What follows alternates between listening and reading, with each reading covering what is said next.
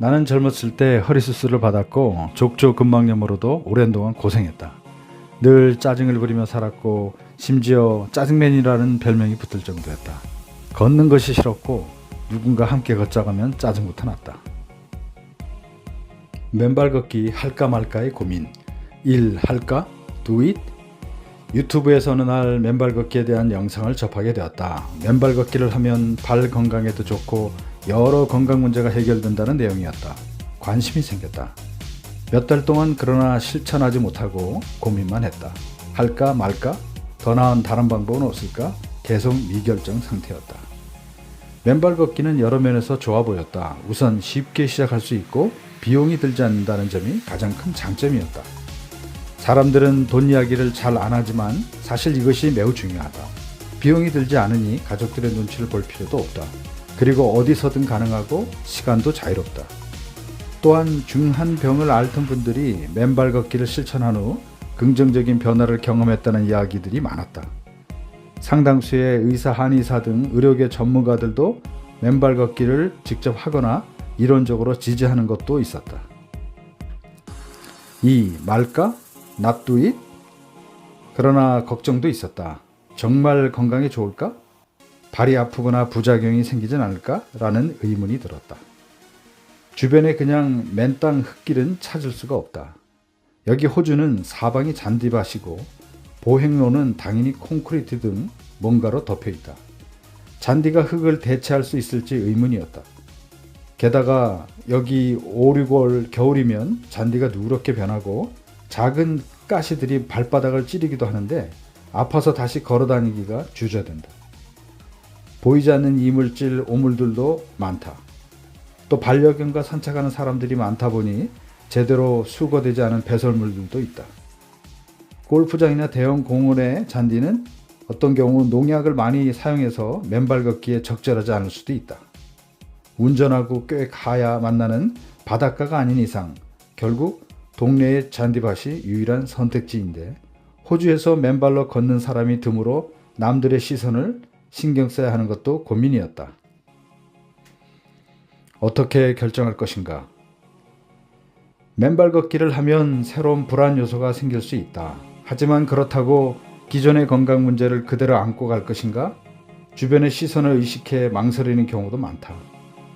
나는 이렇게 결정했다. 유튜브에서 맨발 걷기를 알게 되었지만 2, 3개월 동안 결정을 내리지 못했다. 그러던 중 처갓집 가족들과 해외여행을 가기로 되어 있었다. 여행을 가면 많이 걸을 텐데 발이 아파서 짜증을 부리는 상황을 만들고 싶지 않았다. 발을 낫게 하자. 이런 심각한 판단을 했고 이것을 좋은 핑계 삼아 맨발 걷기를 결심하고 일정 기간 바닷가에 맨발 걷기를 위한 시간을 만들었다. 그래서 그해 6월 12일부터 시작했는데 몸에 여기저기서 좋은 사인들이 나타났고 해외여행도 무사히 다녀왔다. 지금은 벌써 1년 9개월이 흘렀다. 맨발 선험자들의 조언 듣기. 이제는 자신의 생각을 확고히 하는 것이 중요하다. 어떤 사람들은 거친 산속의 흙길을 맨발로 잘도 걷는다. 그만큼 할만하니까 하는 것 아닐까?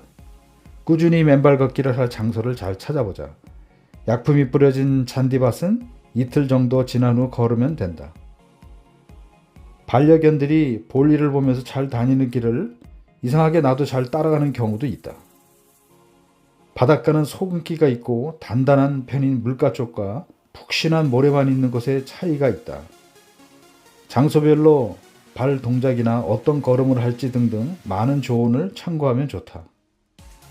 흙은 사실 자연 정화작용을 하기 때문에 이물질을 밟아도 큰 문제가 없다고 한다. 파상풍 예방 접종도 일정 정도 도움이 된다. 이런 다양한 사례와 경험담은 초보자들에게 큰 안정감을 준다. 비 오는 날도 맨발 걷기 좋다. 직접 답사를 다녀보면서 분위기를 파악하고 어떤 옷차림이 적절할지 고민해보자. 감기에 걸리진 않을지 미끄러지진 않을지 대비하는 것도 필요하다. 바깥에서 시간을 보낸다는 것은 결국 자외선 노출을 감수해야 한다는 점도 잊지 말아야 한다. 그냥 해보세요. Just do it. 그동안 맨발 걷기를 통해 좋은 결과들이 쌓이고 있습니다. 특히 족저근막염 고민이 사라졌습니다. 좋은 경험은 확신을 가져오고 다른 분들에게 말하고 싶어지죠. 아직 결정을 내리지 못한 분들에게 좋은 핑계를 만들어서 실행에 옮길 것을 권합니다. 망설이기만 하면 아무 변화가 일어나지 않죠. 작게라도 그냥 해보세요. 그리고 1년 후, 2년 후 건강과 활력을 되찾은 자신을 발견해 보시기 바랍니다. 시작하기 전에 모든 답변을 얻을 필요는 없다. Just do.